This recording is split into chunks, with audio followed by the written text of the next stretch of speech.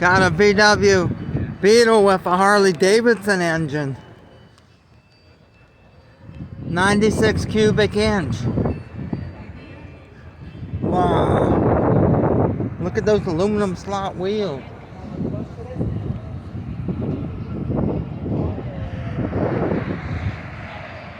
That's really cool. No front bumper. Florida requires bumpers. He can get pulled over. Rooster tail too. That's really cool. They put the windows in the back too, those small windows. I don't think that car's a 58.